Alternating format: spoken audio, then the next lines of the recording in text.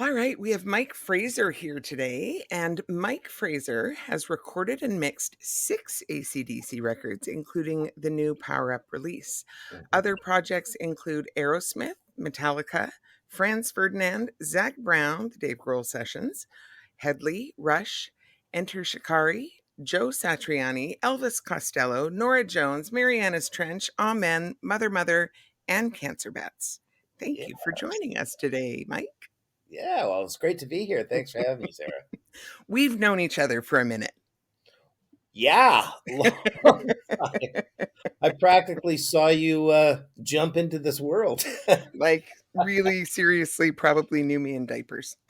Oh, definitely. Yeah. So as a little new baby when your mom brought you in, and uh, that's when you started doing sessions. I mean, I remember you were, while you were walking, but you I went was in and you're 3. doing you're doing sessions and your cute little voice, but you were so articulate, and it was pretty awesome. I think I sounded like I smoked a pack a day and drank a fifth of Jack even at 3. Yeah, it was great. So yeah, it's been a while. Yeah, yeah, it has. So tell us your story briefly for our listeners who might not know who you are. Tell us a bit about who you are, your journey in the biz, how you got where you are today. Sure. Yeah. Uh, Sort of fast forward a bit, like after I quit school in grade 9, my dad and I had our own sort of logging truck company. Did Mhm. that for a bit. I got bored with getting laid off in the winter, so I thought, well, what do I want to do? And I thought, well, I used to be in a garage band when I was in school, and I learned pretty quick I wasn't going to make any money playing guitar because I was I was not great. Started phoning around some studios. One of the first places I called was a place called Little Mountain Sound here in Vancouver, and they weren't hiring. But the guy says, if you want to come in, he says we need a janitor. So I said, all right, well, it gets my foot in the door. So I Yeah. went there, started sweeping floors and flipping the mints in the toilets and all that stuff, and I did that for about 6 or 8 months.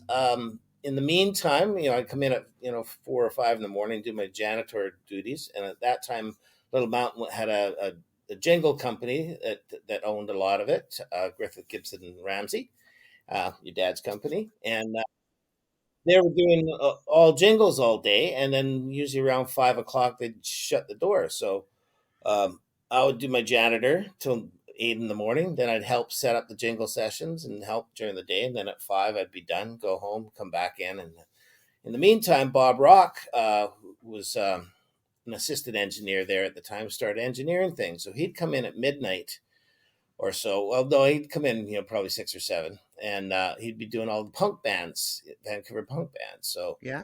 I said, "Hey, Bob, do you want me to hang out and help you?" He said, "Sure." So I ended up doing that. So because I'd work till about 2 or 3 in the morning and have an hour sleep to get back to my Oh. janitor duties, I lived in the loading bay in a sleeping bag for about a year and a half. I did that. Slowly, I lost my janitor job because I wasn't very good at it because I was more into the music side. And yeah, then just over the years, I just worked my way up from to be an assistant and to an engineer, and it's been a long, wild, great journey. Yeah. That's yeah. Well, and I mean, so many familiar places in that story to me because um that was like you say, my dad's business was upstairs and they built Little Mountain and Yeah. blah blah blah, but I did not know that you were sleeping in the loading bay. Yeah, ghost and all. Yep. Oh, Okay. there'd be sometimes I'd wake up because I don't know whether the loading bay was cold one night or whatever, but I'd sometimes go and crash in the boardroom on the couch. I've woke up there a couple times in my sleeping bag, and the guys would all be having their meeting there. They said, "Well, don't mind us, Mike. Sorry we woke you." They were so great, though. I mean, I got to give them so much props for putting up with me and helping me along my way. That they were all pretty awesome people. Yeah. Yeah. Yeah, That's the truth. yeah, So here on the Vocal Lab, we sort of aim to shine a light into the industry yeah. through the lens of what I know now that I wish I'd known then. So with Right. that in mind, if you were starting your career over again, what would you do differently? I'd go back to school and be a lawyer. They make all the money. I don't know, Sarah, if I do too much differently. It was sort of a long road because it was School of Hard Knocks. I didn't Mhm, go to any of the, well, there wasn't really any audio schools around, and there's a lot around now. I think they help give the kids a leg up today because you kind of learn the basics. mhm. Um, so I would maybe do that or take a course so that I would maybe progress faster. But with the School of Hard Knocks, it's a pretty good school Yep, because you learn the whys and why nots. Whereas when you're sort of taught in a school, you don't not really know why you're doing it. Just know that that's what you're supposed to do. Then you get out in the real world, and then you make your mistakes on somebody else's session. So it's a yin and yang. yep. I've been pretty blessed, pretty lucky through my career, being able to work with a lot of my sort of high school heroes, Mhm. the big bands, all the big Canadian bands and stuff. So, pretty blessed. But, I think, I should have probably gone to a school or something, got some help along the lines. I would have loved to have learned how to read music and play an instrument properly because it's not too many rock sessions, but there's more sort of instrumental sessions that they're reading off a chart. Well, Yep, I can sort of read along, but I don't really know what they're talking about. yep. So that would be really helpful too. Speaking with more of the musos. Yeah, yeah. Yeah. So more Um, training. yeah, I think it's a great skill to have, and, as you know, it's not a make it or break it skill in Right. this industry, but it's certainly helpful in certain circumstances to have that in your pocket. Yeah. Yeah. So what's the flip side? What did you do right in your career that you wouldn't trade? Well, I think in any career, whether it's in the industry, music industry or entertainment or in any industry, is just work hard. I Yeah. worked really hard. I put in long hours. Those first years, it was like 22-hour days. Yeah. There was one point, I think we did 6 days straight, no sleep, just coffee and cigarettes. And I'm glad I did it. I wouldn't do it again, but it was an experience for sure. But you just work hard and apply yourself. But Sarah, when you really love what you're doing, it's not really work. So it's easy to put in those 18-20-hour days. If you get over your exhaustion, it's not like, oh, I'm at work today. Oh, I hate this. Oh, when do I get to go home? I didn't ever want to go home. That Yeah. was it. That was my life. It wasn't even a job anymore. It was my lifestyle. So I wouldn't trade that for a second. You know. Yeah. Absolutely. So, um not asking so much specifically about names, although you're welcome to talk about that if you want, but more about just the relationships. What have been the most important relationships in your career? Well, very early on, one of the main sort of jingle engineers, name was Roger Monk. Mm, He really sort of took me under his wing and taught me what a microphone was and what that did. Because when I yeah. started there, I had no idea. They'd say, "Oh, well, set up a 57 on the drum kit or something," and I'll go, "Which one's the 57?" I mean, I was clueless. So he was great. Took me under his wing. He was a really great engineer. One of those kind of old school taught guys where as they're recording like they're mixing. So when they went to mix, they just put all the faders up straight and the mix was there. So, Yeah. it was an art form that we've sort of lost. We just try and get things cleanly on tape and then worry about it later. At that time, they were trying to make it sound like a mix. So that was a really good lesson for me. And Roger ended up teaching a lot of us. Bob Rock, who ended up going Yeah. on, big famous producer now. So Roger was a really really good influence on me. And then next would be Bob Rock. Him Hmm. and I worked together for many years, did many records together. So he was a great mentor, as well as Bruce Fairburn, who is a producer here in Vancouver. And Yeah. Bruce and one of the first projects Bruce produced was a band called Prism, Hmm. and it was one of the first ones Bob engineered, and it was one of the first ones I assisted on. So the three of us sort of became a team for a while and did a whole bunch of band, the Lover Boys and They did Bon Jovi, and it sort of exploded the scene in Vancouver. It was Bruce and Yeah. Bob. So you know, between Roger, Bruce, and Bob, those are my three huge biggest influences, and I wouldn't be here without them for sure. Yeah. You are obviously a pretty top tier guy in your field.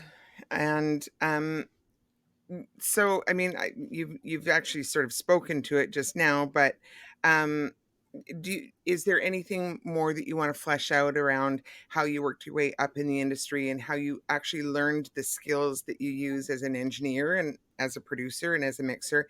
And do you want to talk a little bit about how those skills overlap or intersect? Sure, yeah. Well, I think one of the first main skills that I learned was you have to learn how to hear. Um, Yeah. we all hear, we all do it, but we're not aware of what we hear. Uh, like I got to a point where you could say sit in a busy, noisy, crowded restaurant, and you could pick out conversations four tables over, block out every other conversation, and listen in on that one, and then now you don't want to listen to that, you listen to that conversation. So it's a real art form, and you don't realize that your brain's capable of it until you train your ear to do it. So now when I listen to music, I can hear the whole song, but then I can ignore everything else and listen to the snare drum or listen to the kick drum, or is that third harmony out of tune in the vocals, or so you got to sort of block everything out and then look at it all again and block everything out. So that's a really difficult skill, and I think when people say, "Oh boy, that guy's got great ears," it's only because you've taught yourself how to hear and more Yeah. block things out and not be let things mask over. So that was probably one of the biggest skills, and that just takes time, sitting with some great engineers and paying attention. You're not just there to plug in microphones. I just sat there and just watched and absorbed everything I could because I was so fascinated with it. But that really helped implant skills for later on, Yep. learning how to do that and why they would do that. Certain thing, a miking technique, or changing the EQ. Why would they make the guitar sound brighter and not all dull? Mhm. Stuff like that. And it's just how things would mesh later in the mix. So you just learn all these things, but the main thing was learning how to listen. And as listening for pitch is a different thing. Some Yeah. people sort of, they say, have perfect pitch. I think it's just their ability to tune into where that pitch is. They've learned to hear that pitch, and that's a skill too. And I've found that over the years, even my skills been more honed on that. So now starts driving me nuts when I hear they've got these programs called auto tune. So Mm. it computer tunes the vocal and it can make it absolutely in pitch. And it drives me nuts because human vocals aren't supposed to be completely in pitch, like you're Agreed. not a you're not a synthesizer. So Yeah. there's some ebb and flow that's supposed to be there. So for me, when it's perfectly in pitch, it just doesn't sound right. Yeah, I'm in that camp with you. A much bigger fan of natural Mm, vocals, and I don't like the sound of stuff that's been really tuned hard. yeah, If it's going to be tuned, I don't want to know that it's going to be tuned, that it's been yeah, tuned, you know? And that's a skill. There are a few people who can sit behind that computer and yeah, do it in a way that you don't even, I mean, most of us, you would probably hear it, but most of us actually don't even hear that it's been tuned. yeah, But it's become like that business of auto tune has become like an instrument itself in a lot of genres of music where it is part of the sound of that genre. And yeah, yeah. I'm a much bigger fan of the natural. Some of it sounds great as an effect. Like I know Prince used it sometimes. There's that Cher song. I can't think of it right now, but Do you where believe in life after love? like it does Yeah. that thing in it. Um, that was an effect, and I thought, oh, that's pretty cool. Yep. But when it becomes the norm, and everybody kind of is like, okay, no, I'm over it. Yeah. Yeah. Funny, I heard something, and I can't remember. It was one of the great classic, like a Dean Martin, or one of those Yeah. old time things, and heard something come on the radio the other day and listened to him like, wow, can that guy sing? Yeah. Like his pitch was great. Like he was hitting all the notes and then all the little weird steps sometimes in those melodies. He Mhm. was hitting them all not completely in tune, but it was great in tune. Like, Yeah. and I'm just thinking, okay, that was all recorded on one mic, the whole band in the same room. He's up close to the vocal mic and the whole band's playing around him. And it was all basically live in the studio. So there's no helping or pitch correction or anything like that. That's how it was. And wow, it was amazing. Yeah. Well, I think there's been a whole, shift in music over the last, whatever, 30, 40, 50 years, Yeah. and music has tightened up so Yeah. much, Yeah. as our recording technology has improved. Hmm. Um, it's given us so many more tools to tighten up. You listen to, like, I don't know, old Clapton records, like Crosscut Saw and Yeah. that kind of thing, and it's loose. Yeah. It is loose, and that's part of what makes it great, Yeah. you know? If it Exactly. was all super tightened up and played perfectly to a click and everything was just exactly lined up and done, everybody on their own independent tracks, it Yeah. would not have the same heart that it has done the way it was done. Yeah, yeah, exactly. When we do, or when I've worked with the ACDC guys, like they've never used a click. They don't like using Yeah. the click, and the click track is like a metronome, keeps Yep. everything in time. Sometimes they'll find a tempo, we'll play a bit of click, so okay, that's where it is. We'll turn the click off, then they count out and away they go. But what they do is they're so good as a band, like they'll play along and the verse will go along and it'll be a certain tempo, and then when they come into the chorus, it's got a bit of a speed up to it, and it gets that angstness going. Yep. And then at the end of the chorus, then it kind of settles back down into a verse again. So you feel it, the music relax a bit, but you don't perceive it as speeding up and slowing down. They do it in such a great way. The only way you can tell is if you take a verse and a chorus and kind of play them at the same Yeah. time, and they go, oh yeah, they're different tempos, but you don't feel it within the song, and it just gives that song that ebb and flow thing, and that really helps their music. So when you listen to other older bands, say Clapton's and all that, you can hear that going on, or and it's part of the arrangement of the song. You know? Yeah. Yeah. Exactly. And I mean, it still happens from time to time now. I know there was a song that my brother did. I can't remember which tune it was. It might have been Toy Soldiers. It was on one of his um, a couple records ago. Anyway, Yeah, one of the Marianas Trench records. yeah, And he did that, but because they do everything to a click, he had to program that, and he had to program the BPM, and when that's programmed, it can't just be a hard shift from like no, one to the next. You have to also program in the ascension of that, yeah. and the speeding up and the slowing down, because it can't be abrupt. Exactly, or you Yeah. feel it, and then even if it's say over 2 bars, sometimes you feel that if Yeah. it's a big change, you feel that. So now you've got to incorporate it over. But then by this point, it's got to be this tempo. Well, probably more difficult to program that Yeah. than to just Then to just kind of do it. feel it. Yeah, yeah, Yeah. yeah, Yeah. All right. So can you explain again, we're aiming to like help folks who just don't even know what questions to ask because they're sure, fresh out of the box here. yeah. So can you explain how an artist, a producer, an engineer, and a mixer Hmm. all work successfully together on a project, and what sort of each of those roles looks like from your perspective? Sure. Well, let's start with me. So, an engineer. Um, Do I start there? Sure.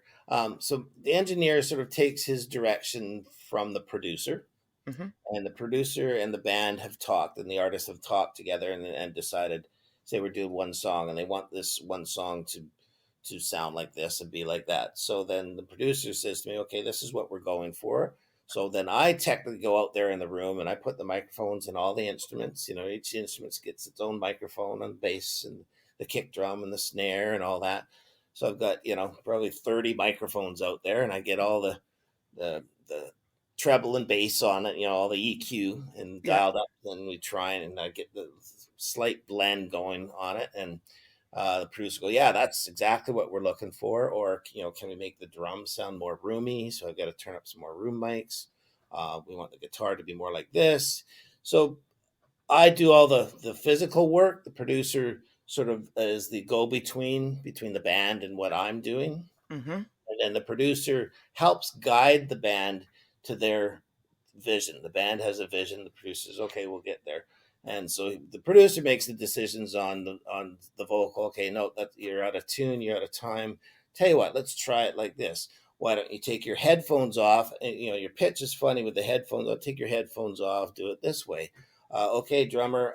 We don't like this tempo. Can we play it a little faster? So the producer's more like, say, the movie director. You Mhm. know, so he's out there directing the traffic. I'm kind of like the cinematographer, so I'm the cameraman. So I'm capturing all the things, in my case, the audio, and Yep. and the producer's directing it.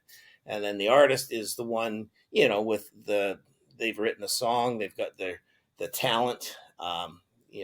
Quite often as an engineer or a producer, we can't play or sing, and yet we're telling these guys what to do, but they've got the talent, so we're just there to kind of direct them. And personally, I think it's very important as a producer or an engineer is you're getting their vision, not Yeah. necessarily your own vision. Now, sometimes they'll hire you because of your past work, and say, hey, we like that sound you did on that record. Okay, I can help them go there, but unless they're using the same drummer, the same drum kit, and all that, you're not going to get that same sound. But I can help you get your vision. So that's really engineer producers there to help the artist get their vision. Yep. So that's kind of it in a nutshell. Yeah. I love that. Yeah. Um so and you've worked in various roles on various records, right? Yeah. But you primarily work as an engineer? Mostly an engineer, and well, I would say mostly a mixer. So a mix engineer is after everything's recorded, and it's all on tape or in Pro Tools, and everything's got its individual little track, like kick drum, snare drum, vocals, guitar, all that. I take all these multiple tracks, and sometimes anywhere between 16 tracks, and I've had some up to 250 tracks. So it's like all Mhm. these tracks, and I've got to blend that all down into a stereo track, and that's what you hear on your CD or your MP3 or whatever is a stereo track. So a mix engineer blends that all in, puts the effects on, reverb on the vocal or delays, and gets a nice blend so that hopefully it all sounds pleasing. So that's what a mix engineer does. So that's mostly what I do now. I still record a fair bit. I mix a lot, and then every once in a while I'll produce. Because Mhm. I'm not a songwriter or I don't play anything, I tend to only try and produce bands that kind of have all that covered, Yeah. and I can just sort of overall say, yeah, no, that sounds great. I don't like the bit where you're going fiddle, fiddle, fiddle. Oh, you mean the A to the G? I'm like, yeah, sure, whatever, that bit. So, I only like produce. I don't like getting over my head production, because sometimes they'll look to me and go, well, that's not working. We need a new chorus. I'm like, okay, go write a chorus. I Yeah. can't write it for you. Whereas sort of the David Fosters and that of the world are great at taking on. Great, we'll write you a chorus. Ding, ding, ding, ding, ding. Or your brother's great at that too. Like But I they're actually think that's a deep really important producers. perspective is that different producers come at it with different Yeah. skills of their own and different ways of approaching that. And it's not all the same for every producer. No, no, not at all. And I think a lot of the guys, like say the Bruce Fairburns, Mhm. all that's basically all they do is produce. Those are the guys that really got their shit together. They Mhm. can write. They know when that chorus isn't right, or why it isn't right. That it needs to be bigger. We need to add some strings to that. We need to add some, or whatever. So the guys that just produce are like producers. So I rarely call myself a producer because I don't do it often, but Mhm. uh, I have done it for sure. Yeah. You know, I'm thinking, well, when I started that, thinking about another important function of, say an engineer, Mhm. probably even more so a producer. And I think a lot of these kids should, when they're going to these audio schools, I think they need to teach a course in psychology because that's a Mm. big part in the studio. You've got to learn how to tame multiple personalities into becoming a team and getting a good product. There's not a lot, but there's so many potential fights in the studio where, you maybe got an egotistical lead vocalist with a stubborn drummer and Yeah. I don't care bass player or whatever. And they're all frustrated at each other and you got to get them all talking and playing and friendly. So it takes a lot of psychology sometimes. It's A lot of almost like, personality management. yeah, trick them into behaving. 'Cause, if you get all mad and it just creates, you know, a downer thing. You Yeah. got to keep everything up and happy all the time. And Shines a lot of light on that, um, who was it? Was it Metallica that did the documentary about oh all the yes, time that they spent with a psychologist yeah, like, get their band, like, basically yeah, the personalities all working together again because it got very hmm fractious, Well, right? being in a band and especially a big band like that are in the studio for months on end, and then out on the road for probably 2 years. They all Mhm. live, sleep, and breathe. So it's like being in a marriage. So if Mhm. any part of that starts breaking down, it's like, well, you can't just also just all get divorced because you're still in this Yeah. band. Like, It's you're like still being in a marriage, except you're married to, like, 5 people. that's right. 5 different personalities. Yeah. Oh, yeah. So that's a big part of my job too is that psychology. And what did Bruce Fairbairn used to call it? Uh, like a circus wrangler, or Yeah, like yeah, yeah. wrangling, wrangle the animals. Sometimes you do. Yeah. So in your many, many roles, the many hats that you wear, Yeah. what would you like artists to know before working with you? Like, what is the best way that they can prep for their time with you that will give the best final product? What's their responsibility versus your responsibility? Right. Okay. Well, number one is just write, and write some more because really you're not getting anywhere in this world unless the song is amazing. And if the song's amazing, it doesn't really matter what you do to record it, it's going to be amazing. You can just do an acoustic guitar on a little microphone in your bedroom and it's going to be Mhm. awesome. So it's down to the song. So okay, now you've got your best songs. The next most important step before you come into the studio is learn your craft. If you're a piano player, guitar player, learn how to play that stuff so you can play it all through in one take and it really feels great. Um, even if you got to practice at home with a metronome or whatever, like just come into the studio prepared because studios are expensive. So when Yep. you get in there, you don't want to be wasting time. Oh shoot! Oh, I goofed that up again. Oh, I goofed that. Can we try another take? You want to go in there and basically, I like bands that come in there and can do most of it live and not Mhm. do one instrument at a time because that's time consuming. And then you do the drums first, and the bass players come in. Now he's got to sit there and follow the drums instead of being in the same room and eye contact. And it's easier to follow each other when you're playing, and your instruments need to be all in tune. You need to learn how to do that and keep them in tune. Yep. Just anything to make yourself sound great the whole time, you know, um, and not have to worry about, oh, can we edit the drums after we do this? Because I can't play that very good. Well, I Then pick a different part. learn how to do it good. Yeah. So those are two really important things. Just come prepared and have a great song. Yeah. And that is a sentiment that I've heard echoed, Mm, from other producers and engineers. It's sort of the same thing over and over again. So Yeah. Listen up, folks. And then, for me, like, everybody's got different musical tastes, and to Mhm, me, what I like as a great song, somebody else might not like. But when you've got a song and you think it's great, then in your own mind or whatever, put it up against some of the big artists and songs that you love, and would that take that off the radio and put your song on there? mhm, If it doesn't, then maybe you don't have a great song. mhm.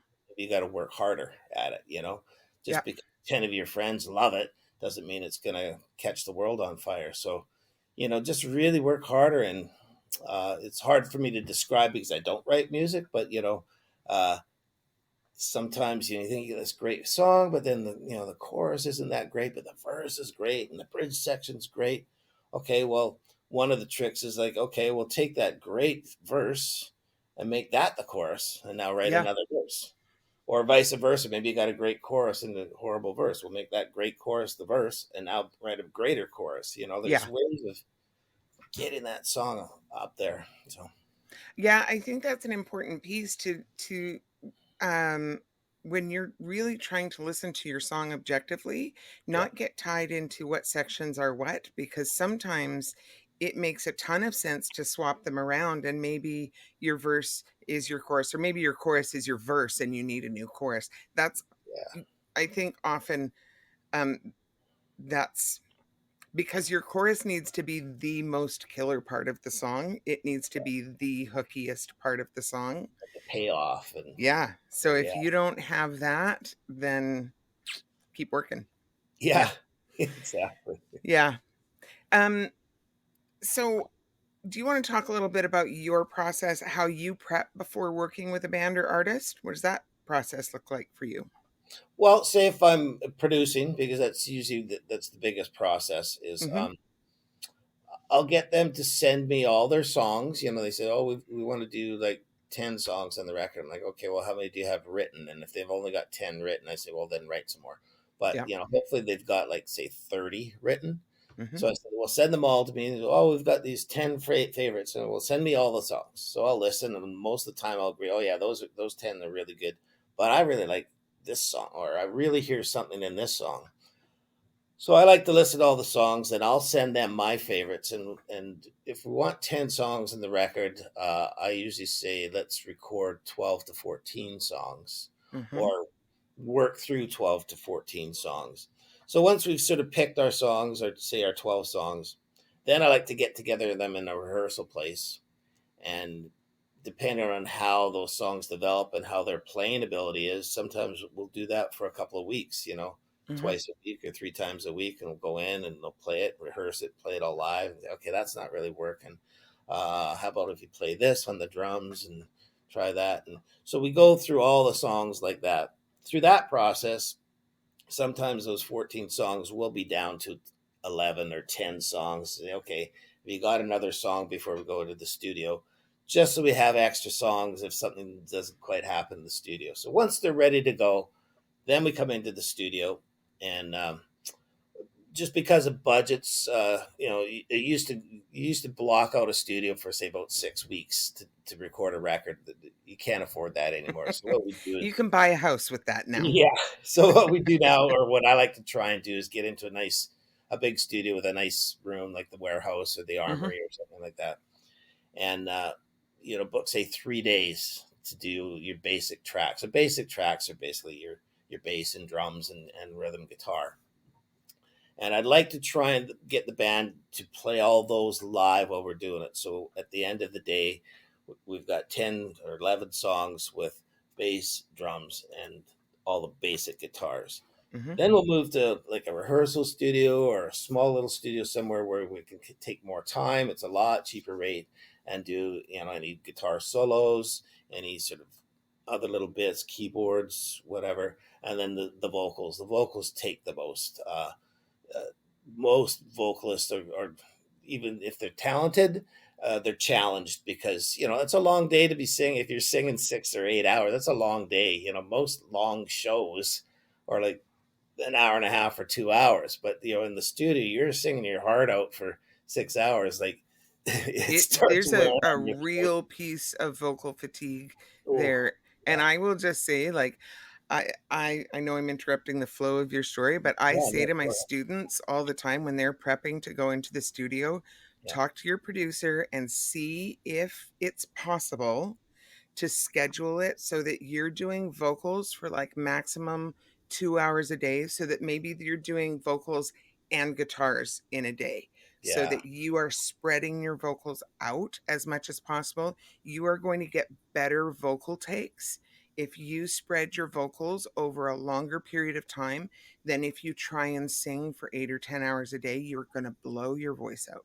Exactly, That's the exactly. truth. And I know I've said a few people to you, for me, part of the singer's biggest prep is learning how to breathe properly. Yep. It's not even how to control the notes necessarily. It's just how to breathe. I know there's a couple that I've said to you, and they've sort of changed the whole way they're singing because all of a sudden when they're breathing and singing from the diaphragm instead of from the throat or whatever, they go, I have way much more power. I can Yeah. sing longer and I'm not hoarse at the end of the day. Like Yeah, it's yeah.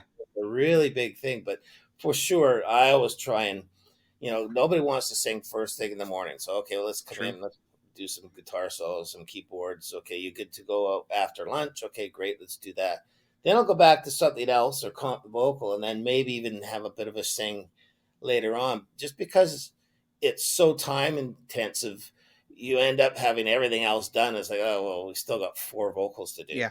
So then you are doing all vocals all the time, and I try and spread out as much as I can, but sometimes just got to bite the bullet, and Yep. that's a long day. 6 hours or 8 hours is a super long day to be singing all day. Or they'll do a lead vocal and say, okay, now we got all these background vocals to do, and they're part of the background vocals, Yeah. so it's like they never get a break, you know.